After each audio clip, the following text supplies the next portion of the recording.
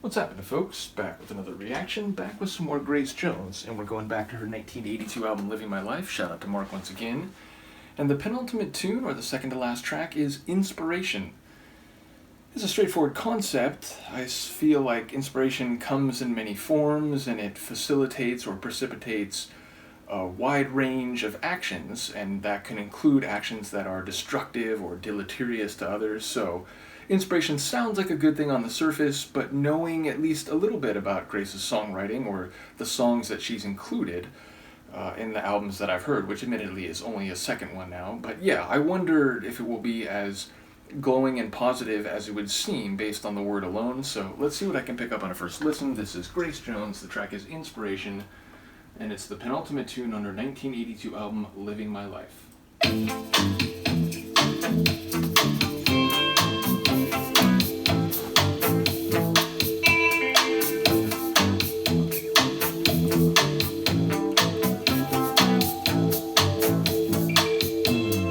Hoping to find a new source of information. A step off the line.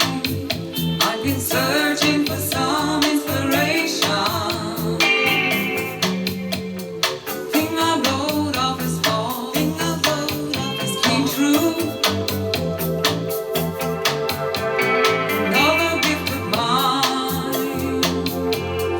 Love from me to you.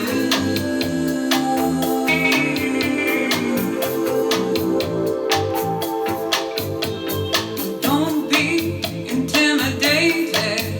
I don't wanna be the first one. It's a problem, calculated. I've been searching for some inspiration. Think I wrote off this all. This came true. Another gift of mine. I love that tonal shift. Love from me to you.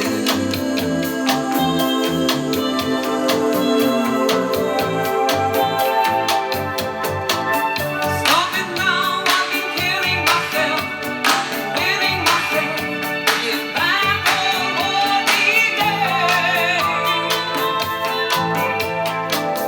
Another turnstile, bury the bone, turning the load. He's turning in his grave.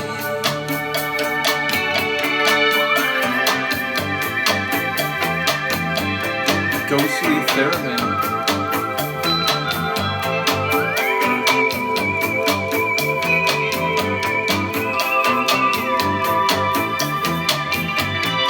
Source of satisfaction, laying it on the line.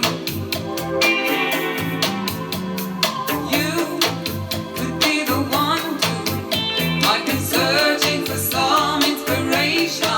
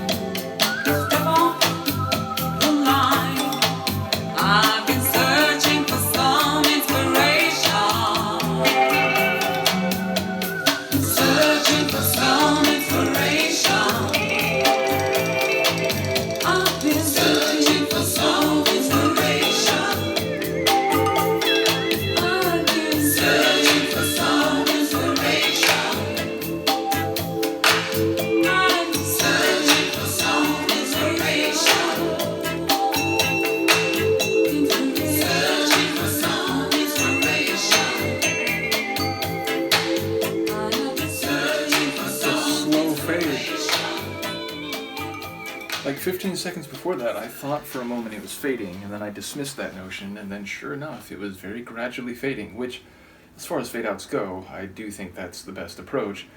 In any case, another one with slight reggae feel and stylings. It definitely had a bit of the reggae rhythm to it, though it was less overtly in that direction than a couple of the other tunes, and she wasn't, singing in patois, so just a hint of that touch.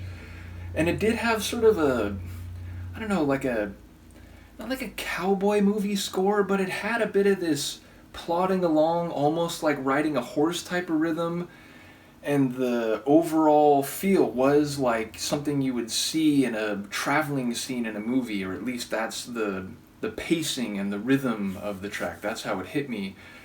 Lots of little percussion rhythms, little cowbell type of hits. There was it sounded maybe like a hand clap, but, like a keyboard version of a hand clap, and at first it was like half speed, and then it went into, like each snare hit would be in the, like, faster section, if you will, and all these little tap, tap, touch, touch, triple rhythms and flourishes throughout the tune. It seemed to keep evolving over the course of the track, the specific percussive configuration.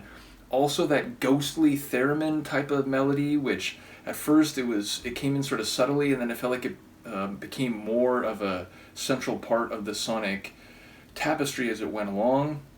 I heard bits and pieces of the lyrics, not enough to put it all together. The two lines that stood out the most were stepping off the line, which, I don't quite know how to take that, although going outside the lines means you're not doing things the way that has been prescribed or that lots of other people do. You're breaking with precedent, and you're doing your own thing, or going out into the unknown, or at least into the less common, which can be fruitful if you're looking for inspiration, but you might also find a whole lot of nothing if you do that, or nothing worth bringing forward.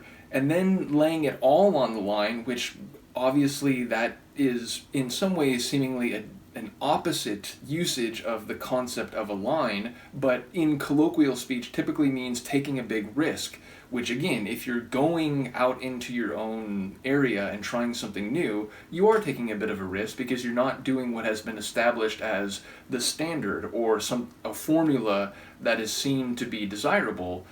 So laying it all on the line could be related to the earlier line about a line or stepping off of it, but it could also be independent. But those two, because they seem to be in one way going in different directions, but then in another way coming back and meeting, those stood out more than any of the other lyrics. But all that I heard beyond that were just bits and pieces, so I'll look forward to hearing people comment on the themes. But yeah, another one that, like I said, seemed to mix a bit of a reggae feel, a bit of a, not country, but like western frontier type of sound, at least to my brain. Lots of cool percussive rhythms and drums. And Grace's singing sounded good. Less, again, Jamaican than in some other songs. And shout out to the people who mentioned she actually is from Jamaica, even if she became big in the States and so on. That's not something I knew going into this deep dive. But yeah, maybe less so than in other tracks. But just a cool, relaxed, and intriguing tune that, as I said, could have worked well in like a montage or like traveling sequence in an 80s movie. So yeah, let me know what you think of this one. Shout out to Mark once again for sharing her music, and I will see you next time. Peace.